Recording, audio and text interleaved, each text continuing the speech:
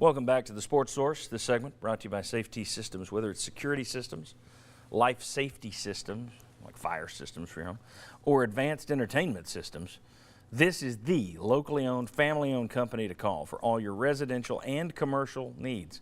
You cannot beat Safety Systems. I promise you, you'll be very happy with the work they do. I have been over many, many years. They do great work. Give them a call this week. VFL JJ Surlis is one of the guys to holler at. All right. We've got recruiting to come. We've got to talk about the SEC coaches who were first-time coaches. We'll show you that. But first, we talked a lot last week about the Chancellor situation, obviously. But we didn't get to go all the way back. I wanted to do something. We're sticking with the Mother's Day thing here. The mother of all departures was blank, and his departure led to Tennessee's decline in athletics. Who do you go with? Who's the number one person that when this guy left turned everything in the wrong direction? I think it's a landslide. To me, it's Joe Johnson. I mean, when you look at all the turnover and turmoil and revolving door in that there, and you look at the poor communication, you look about everything, that's when it started. But he left in '99. Yes. So you can make the case that that's a There's straight a timeline line. there. Yeah. I'm not going to go landslide. I'm going to go Doug Dickey. And here's why. I think that even if you have a revolving door at president or chancellor, if you have a very strong athletic director, he can overcome that. I can't tell you all the presidents that they've had at Florida when Jeremy Foley was there. So I think if you got that person that's strong in that position as an AD, he will have a greater impact on your athletic department. Although I do think Joe Johnson is number 2 on my list. To me, I think I'll be interested to see if there's somebody else that goes with the 3, because to me it's Johnson and Dickey, but I would go the same reason you did. I would go Dickey because, well, I mean, some of the changes that were made, leaning toward the academics, and they let some things get away from athletics that other schools were able to do that Tennessee wasn't. Mike Hamilton kind of allowed that to happen.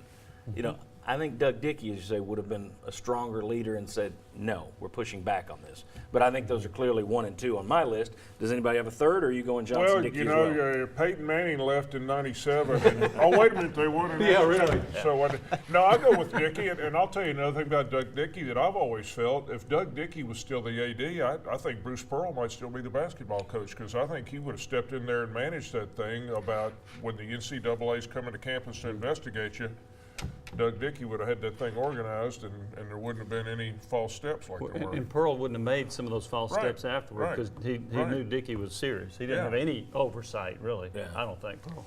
That's a good point on Dickey and Pearl. I agree it's Doug Dickey. I think it's pretty obvious that's kind of where things started to go downhill, even under Philip Fulmer and football, and all that it happened after Doug Dickey left. So I think you trace it back to his departure, and I think it all starts at the top in athletics. A strong AD makes up for a lot of issues and can fix whatever issues you have in coaching. So you got landslid. But here's the thing. Not the first time. But one of the first people to talk about how things changed was Philip Fulmer, crediting Joe Johnson. When he was there, it ran smoothly. When he left, it started to change. So I don't think you're wrong in the Joe Johnson. Do we all agree that would be number 2 on the list? And you would flip it the other way. I'm guessing Dickey would be 2 on your list? Doug Dickey left on his own, and he went back to where he was more, I guess, comfortable at Florida.